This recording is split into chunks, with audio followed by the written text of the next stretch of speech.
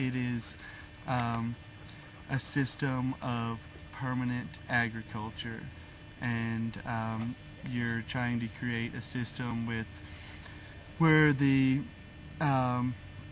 energy and nutrient and water and resource flows work out as efficiently as possible.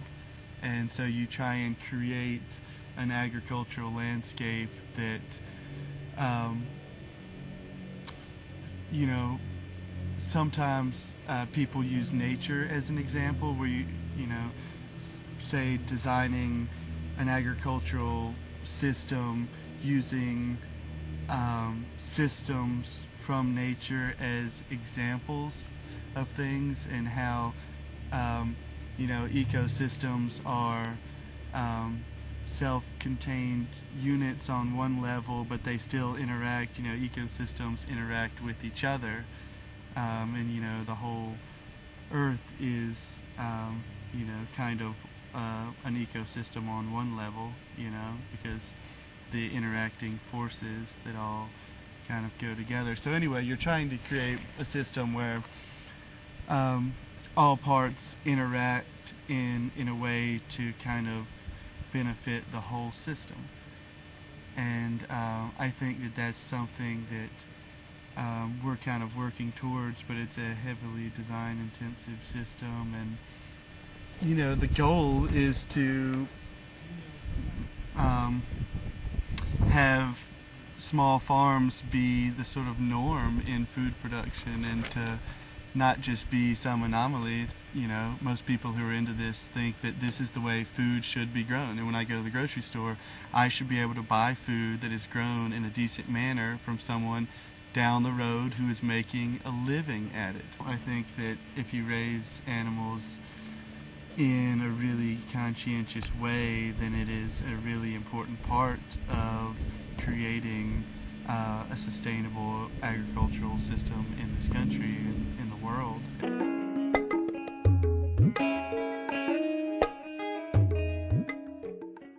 About 2 years ago, I got into a conversation with Doug Crawford Brown, who is the director of the Carolina Environmental Program at UNC.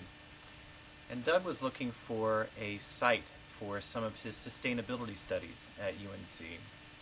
We got to talking about the natural resources on Pickards Mountain and the demand that was growing at UNC for practical experiences and immersion experiences for students, undergraduates and graduate students, in the area of sustainability. So we're constantly sort of ebbing and flowing about how big we could get. But I think the general answer to the question is that we're going to stay moderately small size. And that we might have sort of a maximum of about 30 students per semester that would be involved in internships on the property. Some may be involved broadly across the different sustainable areas.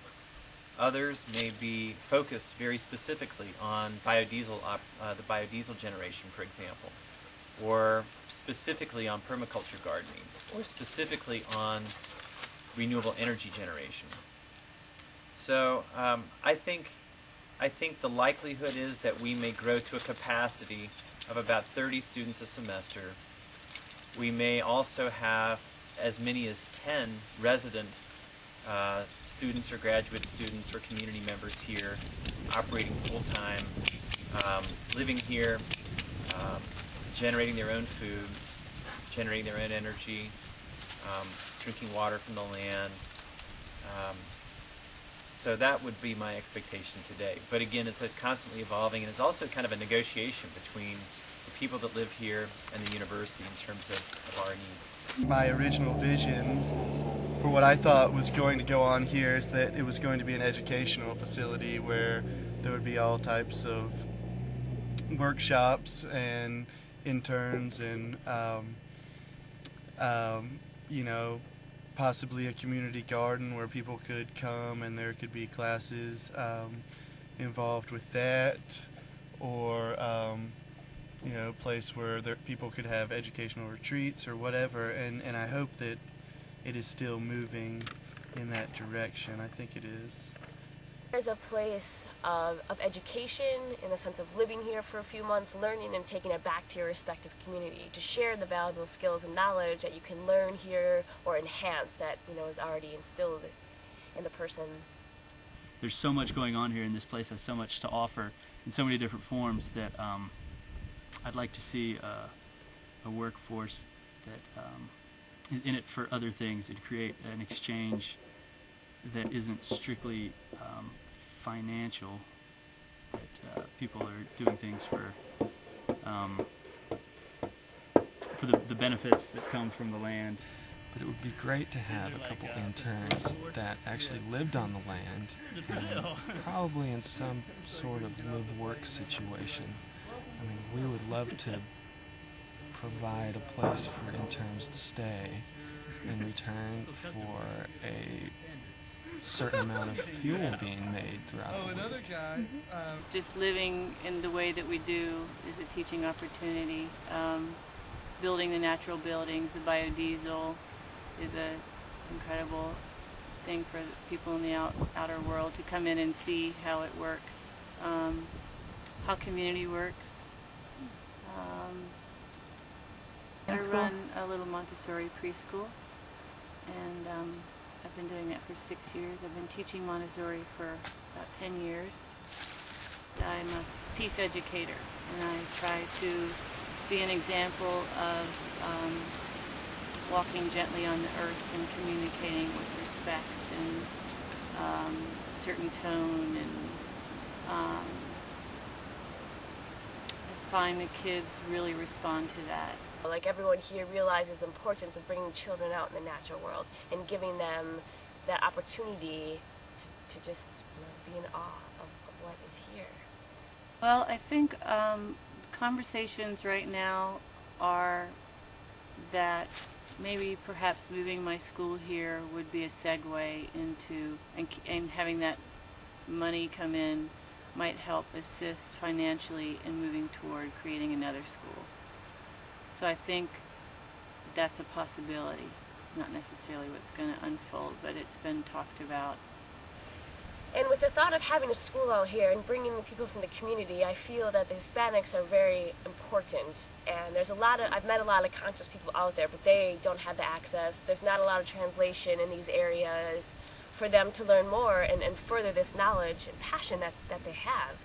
So I'd like to bring that aspect really strongly here and be able to write grants to Hispanics come to school here for free, and to really integrate all the cultures. As they're growing in our community, it needs to everyone just needs to flow together and incorporate together, because we're working for the same cause.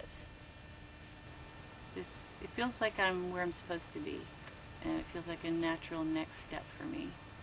It involves teaching the kids these crafts and things that are fun, and at the same time really feeling a connection to the earth through using the materials and living this way.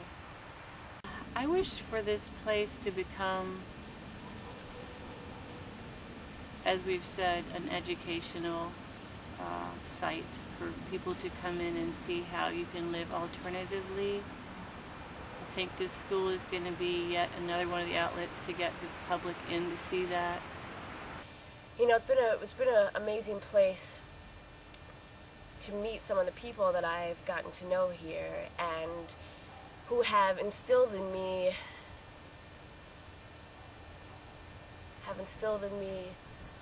or maybe awakened in me, the importance of meeting all our brothers and sisters here and understanding their qualities and being able to live harmoniously with them, and to eat from them and plant with them.